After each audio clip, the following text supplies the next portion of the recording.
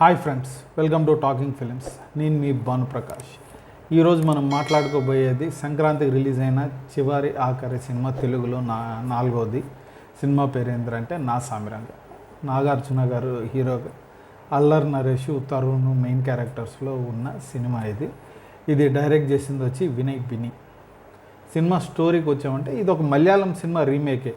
పొరింజుం మరియం జోష్ అన్న సినిమా, తప్పు స్పెల్ చేస్తుంటే క్షమించండి.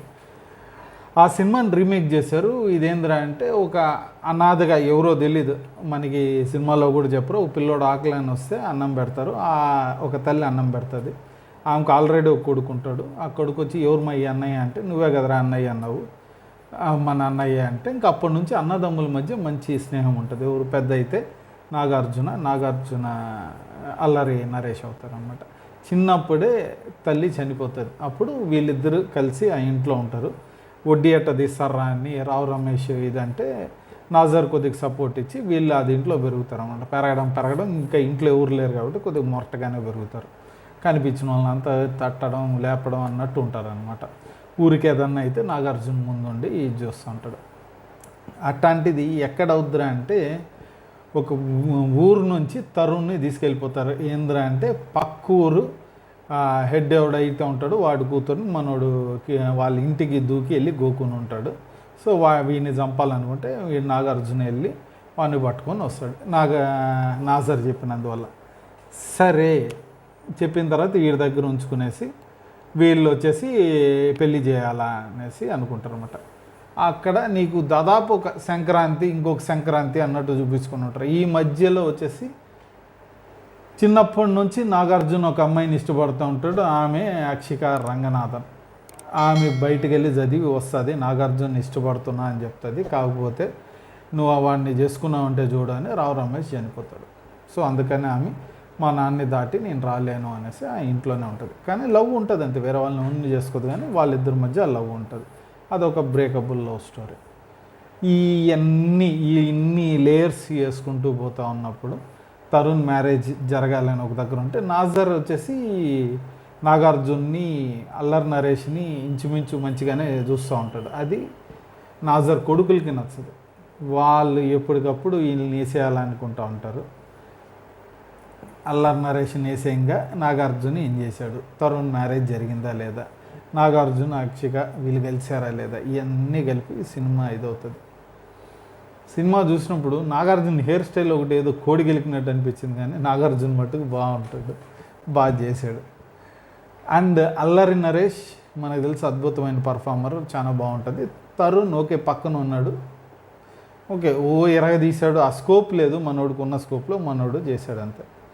మనకి కొద్దిగా బాగా అనిపించేది హీరోయిన్ అక్షిక రంగనాథన్. ఆమె పర్ఫార్మెన్స్ కొద్దిగా అక్కడక్కడ ఒక మాసీ రేంజ్లోనూ, ఈ క్లాస్గా ఉన్నప్పుడును చాలా బ్రహ్మాండంగా అనిపిస్తుంది.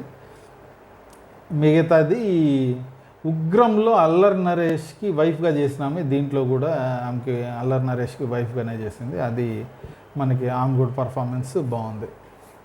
ఇట్లా నాజర్ చిన్న రోల్ ఉన్నప్పటికీ ప్రామినెంట్ రోల్ బ్రహ్మాండంగా ఉంటుంది. Rao Ramesh almost first half మట్టిగా కనిపిస్తాడు, ఫస్ట్ హాఫ్కి అంతా చనిపోతాడు. ఉన్నంతవరకు అందరూ పర్ఫార్మెన్స్లు అయితే ఇప్పుడు ఏ క్వశ్చన్ ఇది లేకుండా బ్రహ్మాండంగా అయితే చేసి పెట్టారు అందరూ పర్ఫార్మెన్స్లు. సినిమాటోగ్రఫీకి వచ్చామన్నా కానీ సినిమాటోగ్రఫీ కూడా సూపర్గా అనిపిస్తుంది మనకి, బ్రహ్మాండంగా ఉంటుంది, క్లీన్గా. మ్యూజిక్ దానికి సపోర్టివ్గానే ఉంది, ఓకే పర్లేదు మనకి. సూపర్ ఉందని లేదు, చెత్తగా ఉందని లేదు, మనకి డీసెంట్గా ఆ సినిమాకి ఏం సరిపోతుంది అది కూడా అనిపించింది. మనం సినిమా చూసినప్పుడు కూడా ఆ ఎడిటింగ్ మట్టుకు నాకు బాగానే అనిపించింది, పర్ఫెక్ట్గానే ఎడిటింగ్ చేశాడు అని అనిపించింది. మలయాళం సినిమా రీమేక్ కాబట్టి ఒరిజినల్ సినిమా చూడలేదు ఎలా ఉంటుందని, ఇది మటుకు మనల్ని సినిమాలో కూర్చోబెట్టింది. ఏ సీను అనవసరంగా సాగదీశాడు అన్నట్టు నాకు పెద్ద ఏం అనిపించలేదు. సో ఎడిటింగ్ బాగుందని కూడా నేను దానికి చెప్పచ్చు.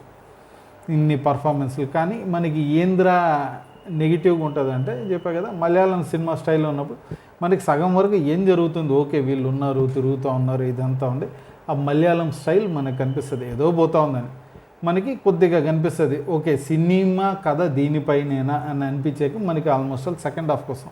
ఫస్ట్ హాఫ్ నుంచి అది స్టార్ట్ అయి ఉంటుంది, కానీ ఏదో ఒక దగ్గర తిరుగుతుందా ఇది అంటే, మన తెలుగు సినిమాలు అంటే ఫస్ట్ ఒక ఛాలెంజ్ ఏదో ఒకటి జరిగిపోద్ది.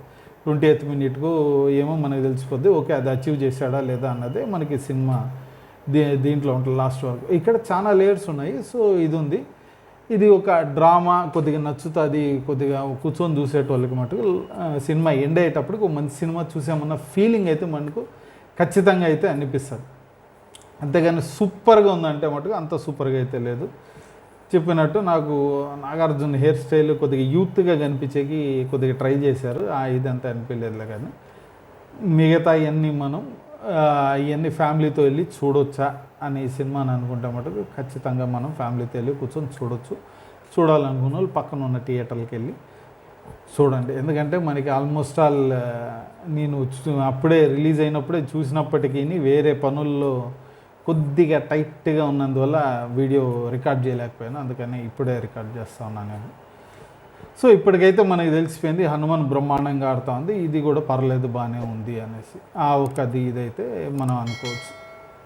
సో ఈ సినిమా గురించి మనం ఇంతే. మనం ఇంకో మూవీ గురించి ఇంకో వీడియోలో మాట్లాడుకుందాం. అప్పుడు దాకా ఈ వీడియో మీకు నచ్చిందంటే లైక్ చేయండి, ఇంకా నచ్చిందంటే మీ ఫ్రెండ్స్తో షేర్ చేసుకోండి.